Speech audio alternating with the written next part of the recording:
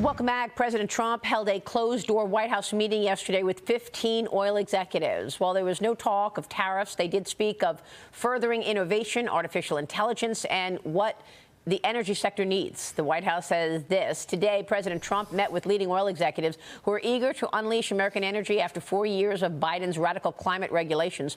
President Trump reaffirmed his commitment to restore America's energy dominance and drill, baby, drill.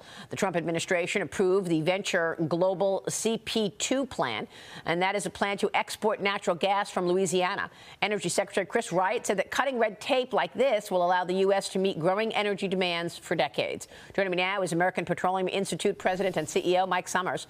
Mike, great to see you. Thanks so much for being here. You were in that meeting at the White House. Can you tell us what was discussed?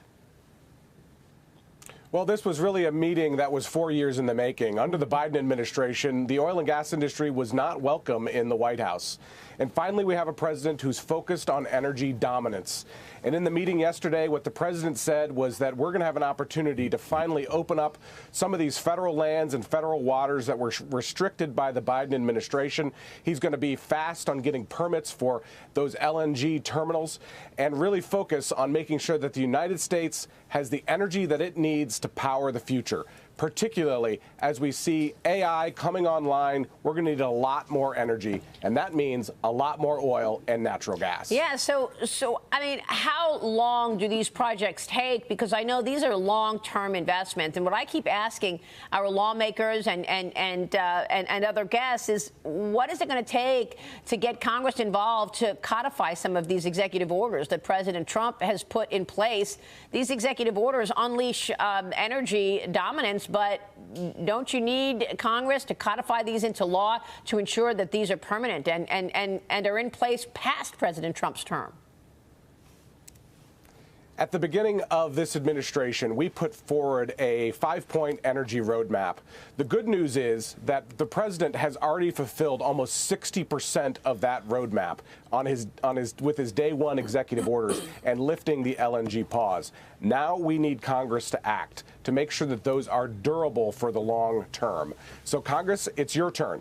It's your turn to unleash American energy dominance, and I think that we can get drilling going very quickly if they act fast. So the White House now says that President Trump is moving past the rare earth minerals deal with Ukraine and that he's focusing on the country's electrical supply and nuclear power plants. Trump brought this up during a phone call with Zelensky yesterday. Here's the White House Press Secretary Caroline Leavitt. Watch. He said that the United States could be very helpful in running those plants with its electricity and utility expertise. American ownership of those plants would be the best protection for that infrastructure and support for Ukrainian energy infrastructure. Mike, how do you see that playing out? Well, the United States is blessed with the greatest engineers, the greatest technicians in the world. And of course, just like we have with American LNG, we want to share that expertise throughout the world. This is a good news story for America. It shows that America is back open for business.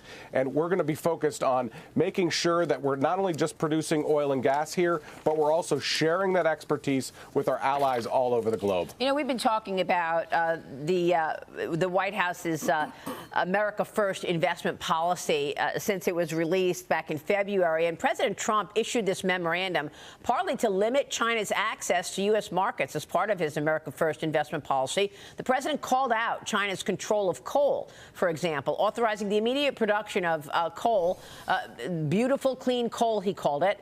Mike, how do you see the coal part of this story playing out? Well, just last year, the world used more oil, more natural gas, and more coal than it has ever in its history. Wow. What that means is that we're not part of some magical energy transition. The truth of the matter is we're going to need all of these sources for energy of the future. America needs more energy because we have to fuel that AI revolution that is happening. If we don't power that future, we are not going to win the race with China on AI. Yeah, I mean, so you're right. We're going to need all of it. We're going to need oil, we're going to need gas, and we're going to need coal. Yeah, Tiana, your thoughts? The number of oil and gas rigs in operation increased by over 100 from the time Trump won the election through the end of February. And we saw that have this downstream effect on inflation because of those lowering gasoline prices.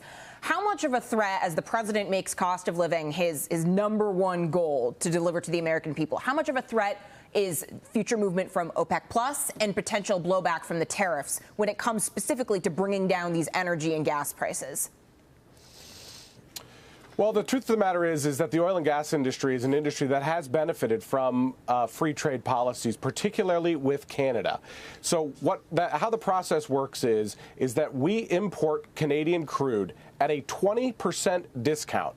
And then we refine it in American refineries and then sell it to American consumers who benefit from that incredible discount. So this is a free trade process that has worked very well for American consumers and will continue to. We want to make sure that we can continue to produce here in the United States. We refine it here in the United States in the most sophisticated refinery kit in the world. And that's something that I think President Trump understands. He understood it from day one when they lowered that headline tariff from 25% to 10% for Canadian crude. And we're going to continue to work with them on this important priority. All right, Mike, great to have you this morning. Thanks so much.